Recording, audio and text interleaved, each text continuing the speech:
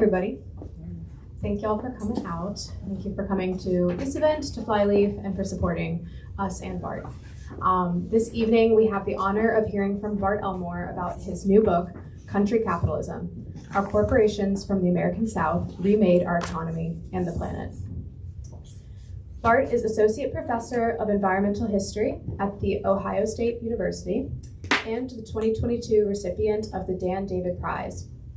His previous books include Citizen Coke, The Making of Coca-Cola Capitalism, and Seed Money, Monsanto's Past and Our Food Future.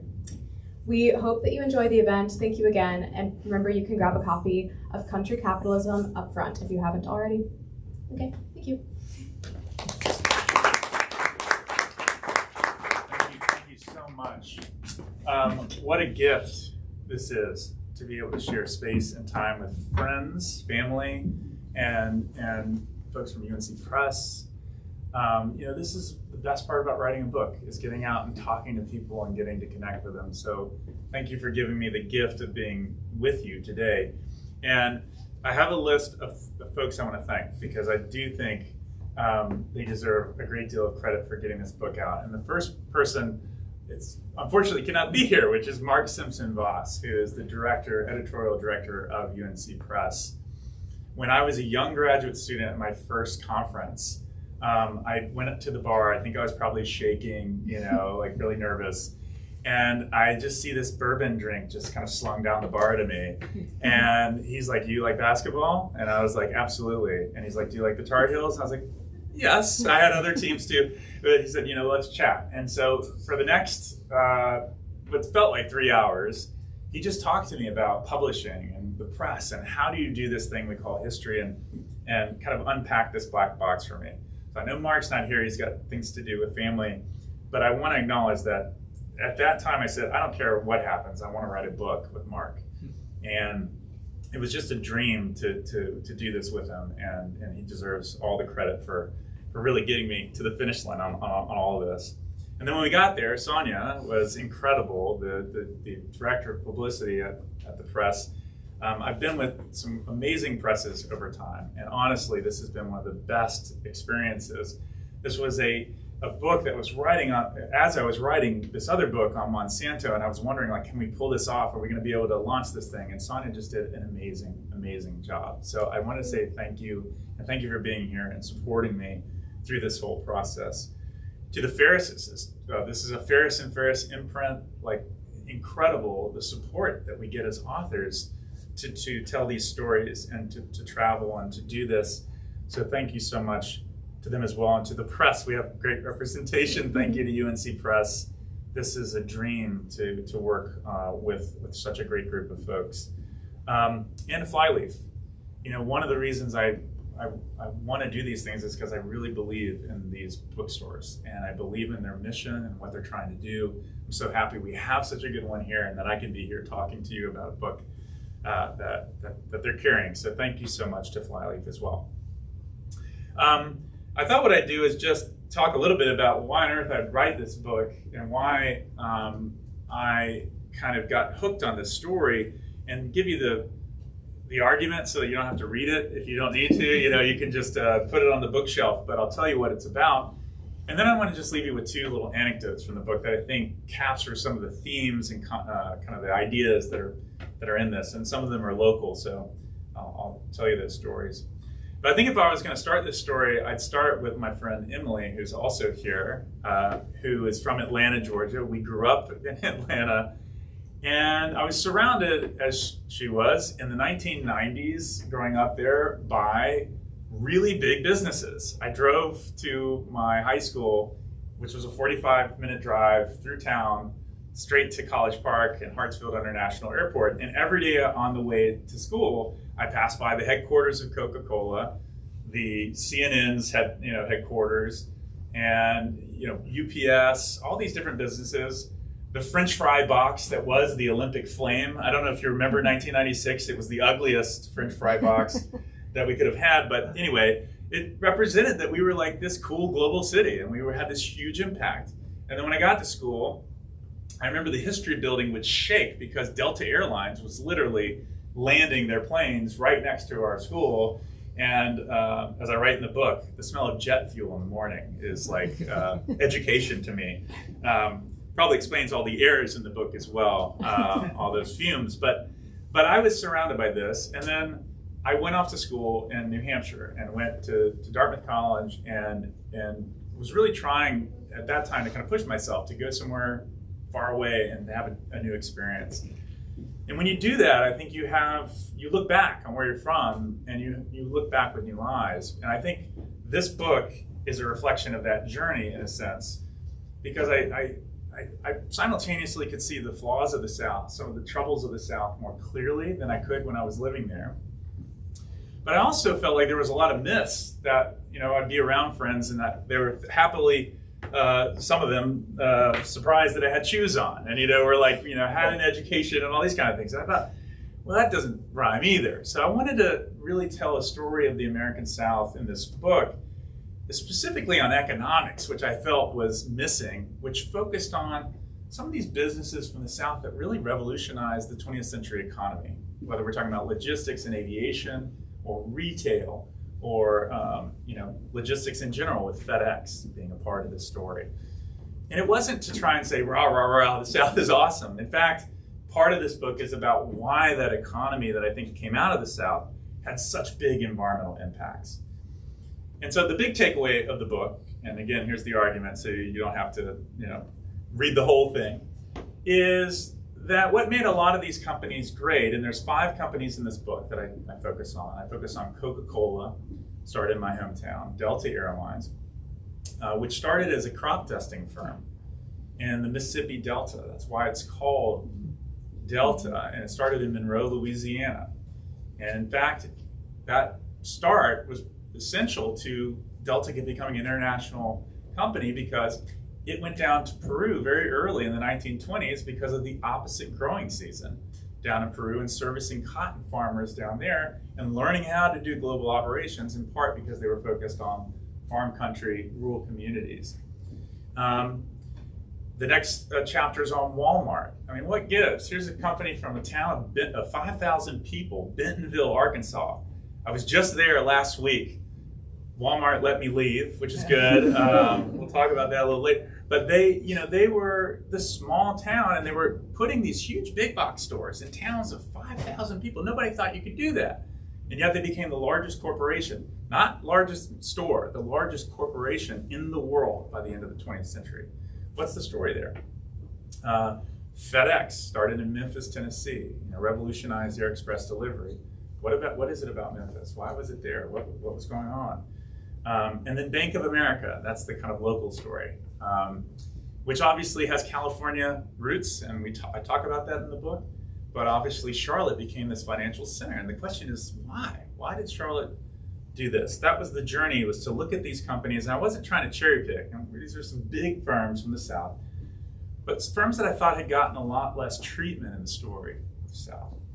And what I came to find is captured in the title of the book, so Country Capitalism. And I didn't intend to write about this. I think for writers out there, I think the goal is to look at the evidence and then over time sit with it and say, what's the story that's really going on here? And it turns out that every single one of these companies made a lot of money by trying to service the countryside, by looking at rural communities and small towns as an asset and trying to figure out how to get goods, capital, people, in the case of Delta, from these smaller towns, not always the most rural, but sometimes they were, getting them to the countryside and figuring that out.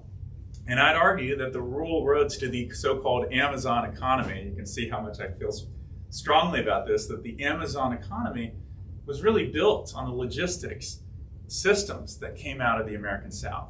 Delta Airlines developed the hub and spoke model that drive many of us crazy when you go to Hartsfield International Airport. That was 1955.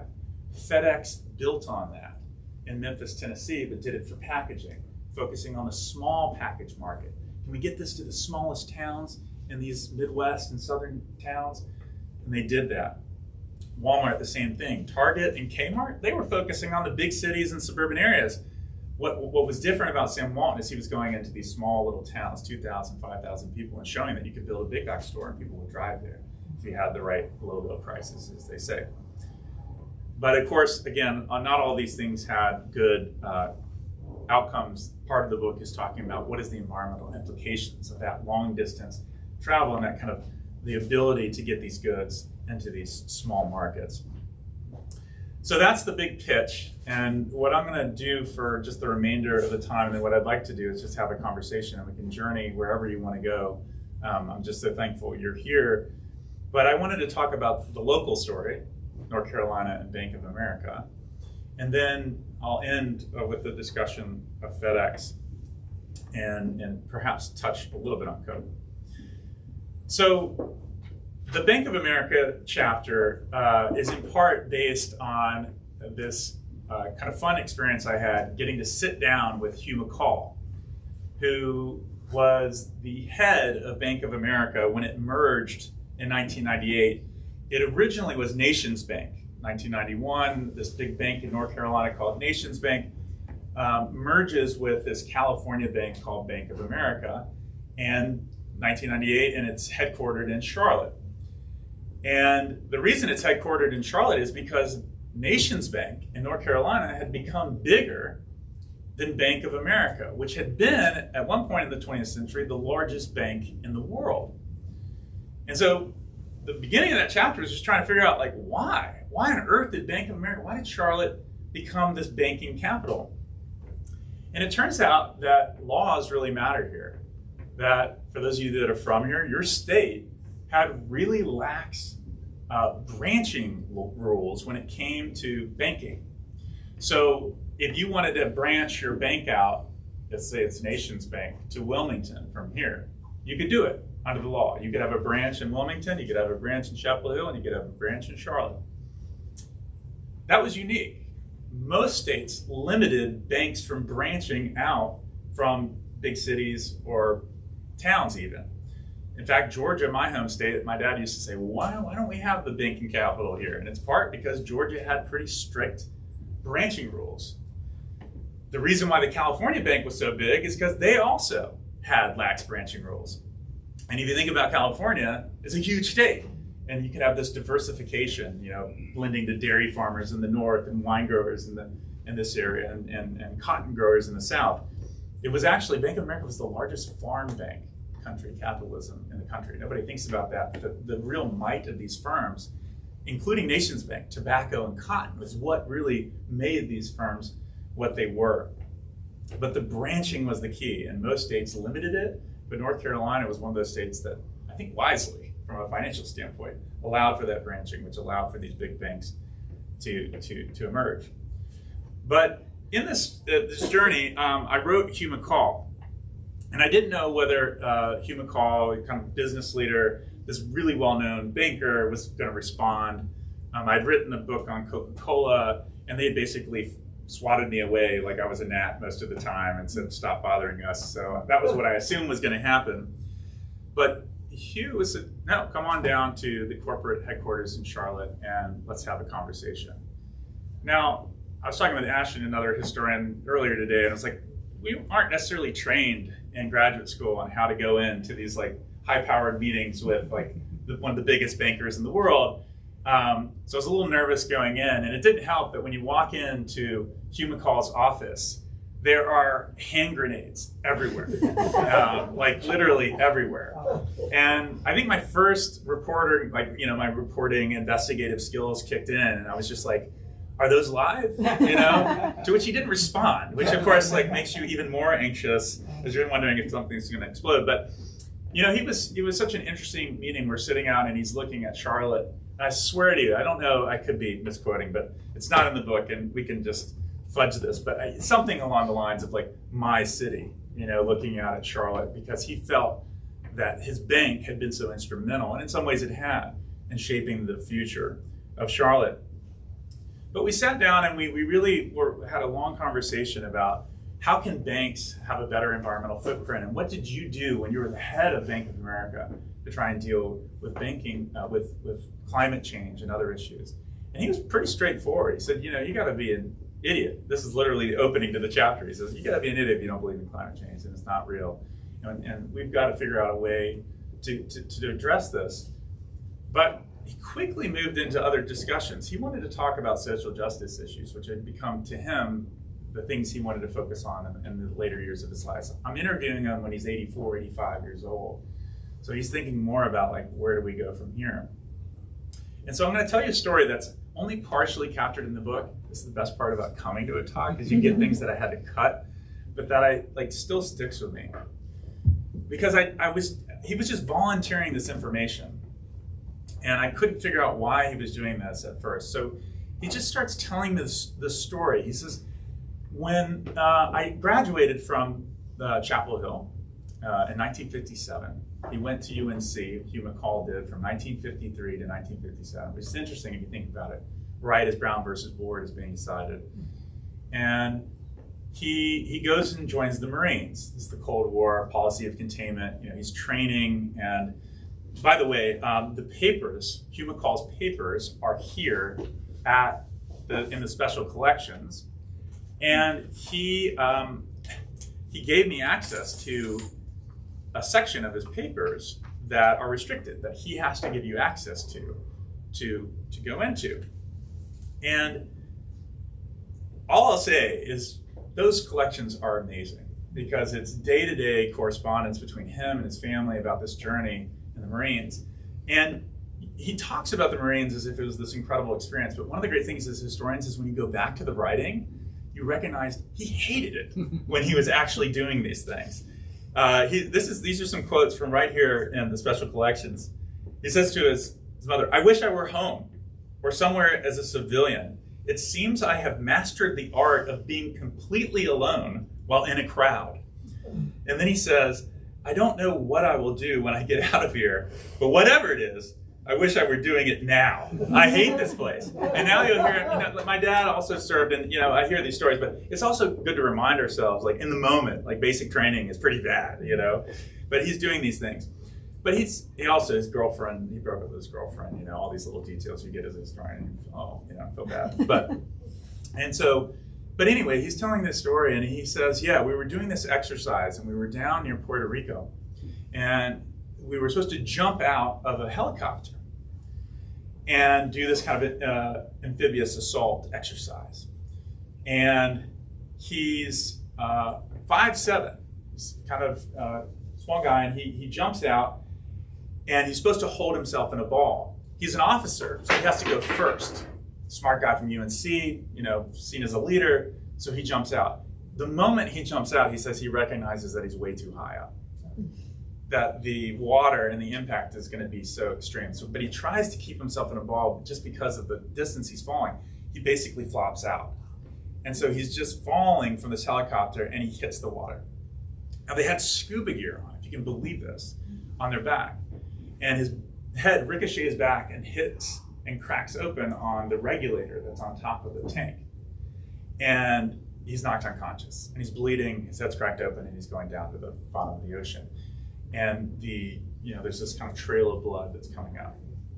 Yeah. And I'm looking at it, and I'm like, why is he telling me this story? I mean, it's a very personal story, and what's the point of all this? Is this a story about his military past and this kind of stuff? As you're writing, as a historian, I'm looking up, and I can tell he's starting to get really emotional. And as one would, this seems like a really long story. And he says, a Marine jumped in after me. And he said, and this is in the interview, he says, "I still think about it." And his voice was trembling, and he was really trying to regain his composure. He said, "I was unconscious. When you're unconscious underwater, you're going to die. I didn't have any oxygen. This was the end of my life. I was 23 years old. And yet this person jumped in after me."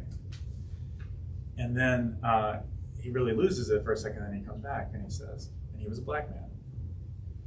And it was an incredible moment for him to talk to me about this, because he could tell, he said, for about another hour, we talked about Jim Crow, segregation in the South, and about the fact that for pretty much his whole life up to that point, he had never actually reflected on the fact of segregation and what it had meant for him, and how he hadn't been involved in civil rights at all. He hadn't been involved in any of these things, but he committed himself at that time to be engaged in these questions and to try and use the bank moving forward when he went into this to do things for the Black community in North Carolina in other ways.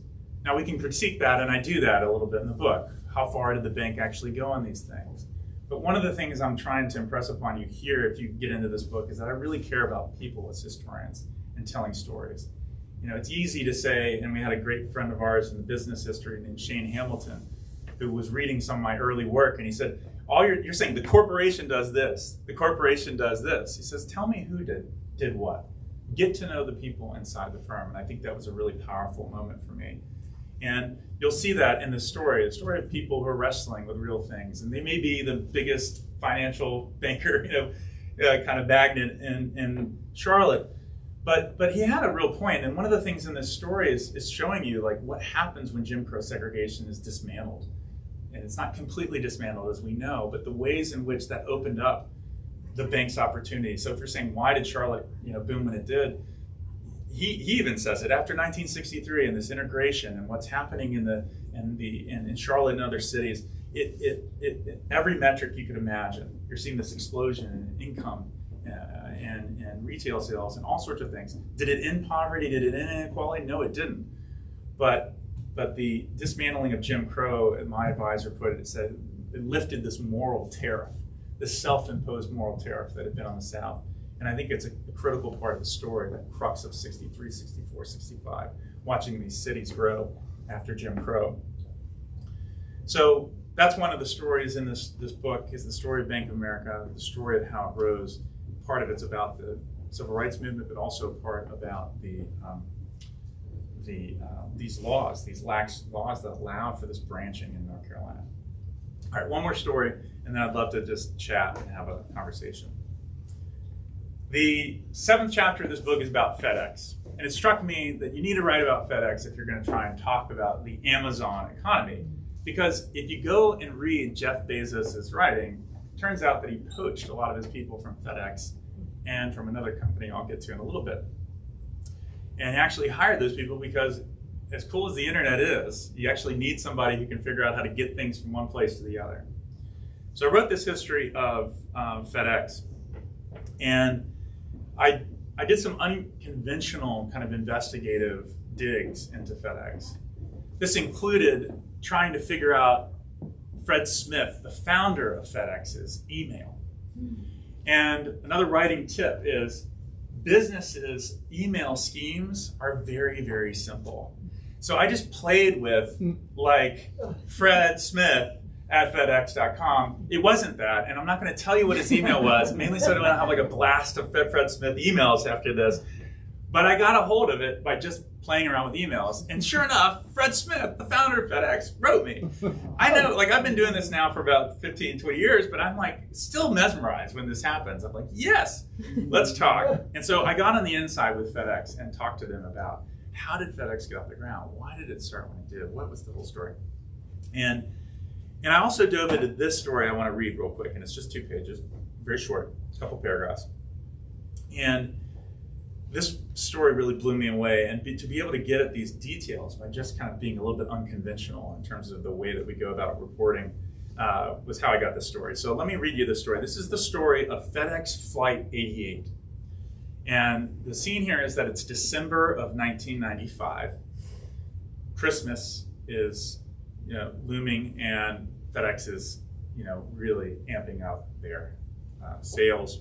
And this flight is going from Memphis, Tennessee to Asian markets.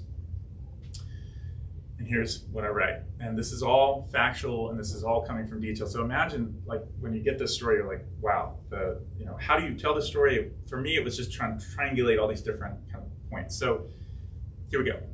When turbulence rocked FedEx Flight 88 late at night in December of 1995, company systems engineer Chuck Nolan was calm and collected. This was just part of his job. His shoes were off, he was snoozing, but he was jostled awake by the turbulence on the plane. But he quickly engaged in jovial banter with the co-pilot, Al Miller, who was sitting adjacent to him, and he said, who had been slumbering next to him. And then he stumbled sleepily to the flight deck. So he walks into the cockpit there. They were over the ocean, somewhere near the Cook Islands, headed to Asia. The scene in the cockpit was a bit hectic. The captain, by all accounts, was beating sweat. on his head. They were looking at a radar screen covered in green globs that represented storm clouds immediately ahead. Lightning flashed, thunder rolled, and the plane rumbled as the flight crew anxiously tried to contact air traffic personnel thousands of feet below. Tahiti Control, FedEx 88, broadcasting in the blind. How do you read? Tahiti Control, FedEx 88. Do you read? Nolan overheard the crew's conversation and learned that they were now 200 miles off course from the way they were supposed to be flying over the Pacific Ocean, trying to avoid a tempest. He probably wondered whether they were going to make it on time. That's what he cared about. He was a FedEx person, governed by the ticking of the clock, the world on time. So went FedEx's slogan. Despite the ruckus, Nolan had faith in the folks flying the plane. He wandered back from the flight deck, grabbed his toiletry kit, and just entered the lavatory and splashed some water on his face and began brushing his teeth. Another rough flight, but he must have assumed all would end well. Nothing could prepare him for what happened next. A piercing scream broke through the silence of the lavatory chamber. As Nolan's body shot sideways, perpendicular to the floor, a rush of wind jettisoning him outward. Quick thinking was the only thing that saved him. He grabbed the frame of the bathroom door. He was holding on for dear life as he hung suspended in midair. There was a hole in the fuselage. Oxygen. He needed oxygen. Fortunately, in the moment, Al Miller was there, strapping a mask to his face so he could breathe. Everyone was panicked. The record's very clear here. The plane was falling from the sky and the pilots felt helpless. "We may have to ditch," was one of the recorded lines from one of the pilots, said Miller, throwing an inflatable raft into Nolan's lap. This was really happening. Though FedEx had never had a fatal crash in 2 decades of flight, that statistic did not offer much assurance in this moment. They were going down, and they were going down fast. Seconds later, Nolan realized the inevitable. Looking out through the windshield, he saw a mountain of waves. They were flying at hundreds of miles an hour in ocean turmoil just feet below them. They were still flying so fast, the crash was going to be tremendous. The last recordings we have just says brace for impact. And these were the last words we heard from the flight crew, FedEx Flight 88. So this opens the chapter on FedEx. And I don't know if any of you recall this flight. Does anyone remember Flight 88 from 1995? Yes. I do. What was this flight? It was the flight in Castaway. It was indeed the flight from the opening montage in Tom Hanks's Castaway. Wow. This is when Tom Hanks, if you remember, he's a FedEx official in Memphis, and they crash the plane, and he ends up marooned on this island. And I tell this story in part to just have some fun, but also to point out this was a great story to tell about FedEx at this moment. Like, the reason that Castaway is being filmed in 1995 is that FedEx has become this global brand. It had actually just opened its massive Asia One hub in the Philippines and was beginning to become this massive kind of air express delivery system in Japan and China, and it made sense that they would be there. Now, Fred Smith was approached about this and was asked, like, do you want, he said, look, the good news is we're going to make a film about your company. The bad news is we're going to point out that your plane crashes, which had never happened. But Fred Smith actually said, this sounds great. Like, I love this idea because we're not actually paying for this advertising, and they didn't, by the way. They got just basically free advertising. Sonia, this is like publicity at its best. But you know, they did this, and it really represented, if you go into Castaway, it represents everything I want to tell in the story. You go to Memphis, you meet Kelly Frears, played by Holly Hunter, who has this Southern Memphis accent. They're talking about the Titans. Nashville has a football team, you know, and it's trying to project this 1990s like boom in the South that FedEx is a part of. When he comes back, I don't know if y'all remember this, but I watched it very closely. This was all research. You know, they're having sushi, and he's like really like disturbed by this because he'd been eating fish, of course, in Castaway. But where did that sushi come from? And it turns out, you know, Memphis and this Air Express delivery system, and Japan and the connections that were being made in real life that were making Memphis a hot spot for sushi, because you could have these planes coming in from all around the world into Memphis. So for me, it was you know, Castaway actually symbolizes the strength and power that FedEx had gained by this point in the 90s. And I just want to mention two things about this. The environment mattered. This is an environmental history book. Why on earth were they in Memphis in the first place? And it turns out that Fred Smith wanted a location that was far enough south that it wouldn't have snow, like in Chicago and the major airports up there, because you didn't want to have disturbances. Because the way that FedEx worked, and the way that it still largely works, it's a hub and spoke model built on Delta, which started as a crop dusting company. These are all connected companies.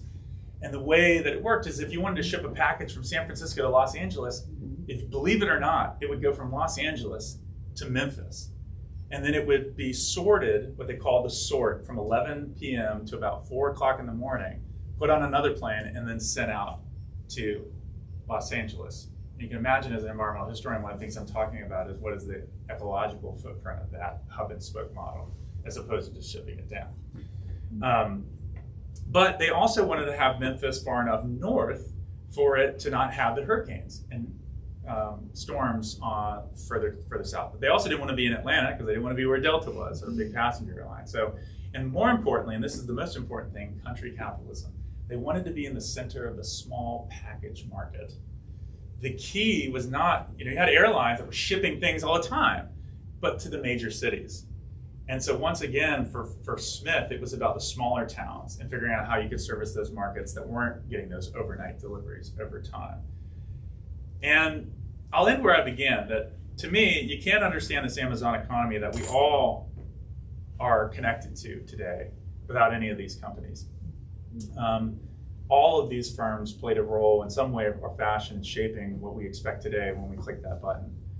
Walmart, when Jeff Bezos started Amazon out in Seattle, he flew to one little town in particular. He went to Bentonville, Arkansas. He went to Walmart, and he read Sam Walton's biography. And by the way, if you want to hear Sam Walton talk in his own voice, you can go see the hologram of Sam Walton, as I did, at his museum in Bentonville. It's creepy. And Sam Walton was an interesting guy. But it all connects because he hired his whole team. He actually poached his team to build out that distribution network from Walmart. This is what I mean about missing some of the stories of the American South and the economy that we have today. We're all connected to it, and I don't mean this as an indictment when you read the environmental stories in here of just these firms. I think we're also have to question our own consumptive habits, and it's one of the things I talk about in this book. As I say in here, I'm as complicit in this story as anybody else. I expect now to click on a button, thanks to FedEx and everything, things to be shipped overnight and me to get it the next day. And if they're diapers, we really need them with the kids we have. So, and yet, if we're going to fix our economy and we're going to think about some of these, greenhouse gas footprints and all of this, I think we're going to have to confront that habit now. Kind of buy on demand expectation has become just so normal for so many of us. But you can also get this book in the internet spaces. I hope you support your local bookstores. But thank you so much for having me here and for chatting with me. And what I'd love to do is just have a conversation. And you can ask any questions. I didn't talk about Coke or any of the other firms, so feel free to ask about anything. But thank you so much for being here. It's a real pleasure.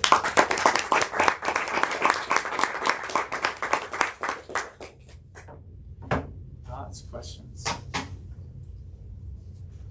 Yeah. So when someone writes this book in 10 years, what are the companies that we might have heard of today that will be the companies of tomorrow? That's a great question. I don't know. I think it's hard to imagine some of these firms going away would be one of the things I'd point out. Walmart, if you think about it, Walmart still goes back and forth with Amazon as the largest corporation in the world. And they're trying to reimagine how they're doing things. I was with them recently, in their headquarters, and they were talking about drone deliveries and these types of things. I don't think Walmart's going anywhere anytime soon. Delta, I think, these are real questions. The hardest thing to unpack is how do we have aviation in the future that's sustainable? And I flew here. As I said, I'm part of this story as much as anybody. But one of the things you see in this story is that Delta, in recent decades, actually ended up having the oldest fleet of any airline, which maybe is useful as you're getting on your plane to think about this. But these are old planes that actually go back to the 1990s in many cases, because when oil prices started to kind of come down to some degree with the fracking boom in the 20-teens, they decided that the smartest strategy was to buy older planes as opposed to the really expensive, very efficient planes going forward, because it made more sense from a profitability standpoint. So you're just, we're seeing a company that's really wedded to that fossil fuel regime. So much so that, surprisingly, it's the only airline that owns its own oil refinery outside of Philadelphia, and it feeds most of its markets in the Northeast and some of the Mid-Atlantic regions. It actually provides about 80% of the jet fuel that Delta needs for a lot of its domestic flights. It is, in other words, an owner of fossil fuels and in that industry at the same time that we're trying to figure out how to get off it. And I don't know what the answer is going to be, but it's going to have to be something revolutionary, because right now they don't have good answers for how they're going to fly more sustainably in the future. Well, I wonder if that's actually, whether it's solar companies or something, like whether it's people who kind of flip the model and think like whether those are the innovative companies that we might be talking about in 10 years. And the good news is, it was funny, I was on a panel at Ohio State and it said Bart Elmore, aviation expert. And I immediately cringed because I'd just written about Delta, and that's it, But I was with GE and all the head engineers, and I literally was like, you guys want to come over? But it was really interesting hearing from them. The cargo passenger planes, like smaller, and also just like smaller airport planes and private jets. I don't know if this is going to get us out of anything, because it's just for people that have lots of money.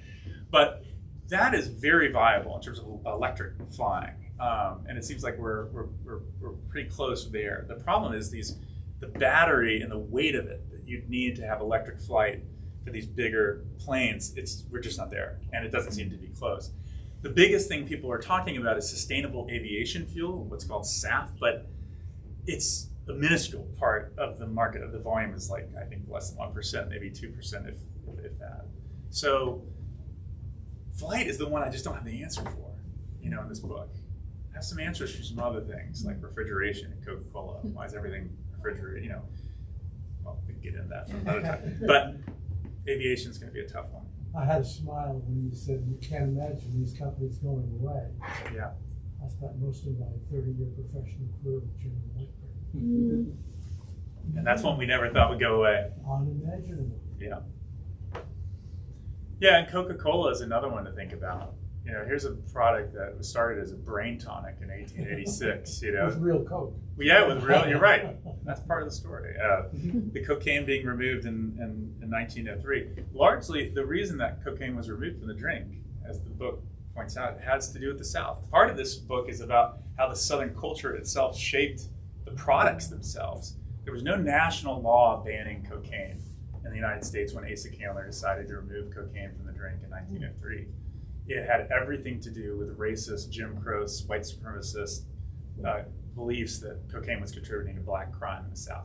So he bows to local segregationist norms in taking. So even the products in this book are shaped by those cultural realities in the South. By the way, it still has the coca leaf in it. I went down to Peru to track down that story with my dad as my bodyguard, who speaks no Spanish, which is probably the worst bodyguard you can have. Emily knows him. He's a pretty nice guy, though. He's pretty, he can talk himself out of trouble. But the coca leaf remained in the drink into the 21st century. It was decoconized.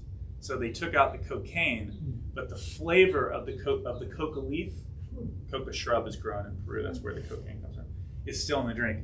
By the way, other drink, Pepsi, if you like Pepsi, they do not have it. They were very upset about that. They would write to the federal government and say, we want to have access to this trade. But one of Coke's really unique strategies was gaining monopsony power. This is an economic term that means single buyer access to an ingredient. And in this case, it was secret ingredient number 5, the coca leaf. But you could argue is one of the things that makes Coke unique. Interestingly, and you remember this, New Coke, when it came out in 1985, yeah, he just went like this. In fact, you can go to Coca-Cola's headquarters, and they have the museum, they have a voicemail, and I recommend you go pick this up. Pick up the phone, and it's just people. Give me back my Coke, and you killed God, and all this kind of stuff. But interestingly, my reporting on this, and this comes from a document that was in their archives that I got via another author who was able to access this. It said that the coca leaf was removed as part of New Coke. One of the flavoring changes. And it makes sense, the war on drugs. You don't want to have this connection to these coca farmers who in many cases are the same people selling to the narcos. And yet the failure was so bad that it's clear. 1988, I have a document that shows, yep, coca leaf is back in, just without the cocaine. So, yeah. Yes? From an environmental perspective, a group called Third Act started a protest against the big banks, including Bank of America, a couple months ago, because they're funding the fossil fuel industry. So I guess I'm wondering if you have a sense if there's any chance that public protest and outcry could actually have an impact on these big banks in terms of them continuing to fund fossil fuel exploration, delivery, and all that. One of the coolest things about being in the Socket, Sonia's here with me, and we've been pitching all these op-eds, and some of them are going to be coming out this week on this very topic. So the back part of this book is about all those protests. I don't know if y'all remember this, but I mean, there were some major protests in Charlotte revolving around this whole coal and fossil fuel thing. People, Rainforest Action Network, rappelling off of the football stadium and putting up a massive sign that said Bank of Coal, during the shareholders meeting in Charlotte, rappelling off the headquarters, the corporate tower there in Charlotte. I mean, they've been front and center in these campaigns. Those first bank, and I detail that whole history in the book, those first campaigns began in the early 2000s with the Rainforest Action Network. They were the leaders of it. Now there's many different groups that have done it. Asheville also had campaigns. I write a lot about it, and what's most interesting is that we're now seeing proposals at the federal level to have climate risk embedded in financial regulation like the Dodd-Frank Act. If you're going to say predatory lending practices that led to the mortgage crisis are a risk to our society, well, climate change is as well. And so the Biden administration in 2021 signed an executive order that very few people were paying attention to that said, hey, Treasury Department, SEC, figure out how to embed climate risk in our new regulations. Whoa, could be a game changer. Might not be also, we have to wait and see. But that's because of these protests. One of the things I'll say on this too that's near and dear to my heart, I grew up going to the Appalachian Mountains, and my lovely wife also grew up in the Blue Ridge and mountaintop removal mining. Bank of America was one of the largest funders of mountaintop removal mining in the country. And in 2008, it said that it was going to phase down these mountaintop removal mining funding. But they continued to do it for years after that, even though they said it. And one of the things I try and do in this book is trace what promises were made and whether they actually did it. It's a great thing about being a historian. You can go back and see what they did. The Internet Archive is amazing because you can see their promises on their webpage. And here's a stat for you I'll leave you with on this. If you look at the last decade, there was a study done by Bain and Company that looked at the top 300 companies in the country and looked at their success rate in meeting their sustainability promises. If you're feeling like, you know what, they're making these big promises like net zero by 2050, and is that reasonable? This stat should give you pause. They found that the success rate for meeting environmental targets was 4%. 4%. So, maybe I'll end with that to say, I write this because I have two kids, and I think the history that we do can inform a better way of doing things than 4%. I told my students, I said, if you got 96% of the questions wrong on the exam, how do you think you did it? Yeah. So I hope that this spurs some conversations. I hope it doesn't spur lawsuits, but we'll see what happens next. But again, thank you so much for coming out.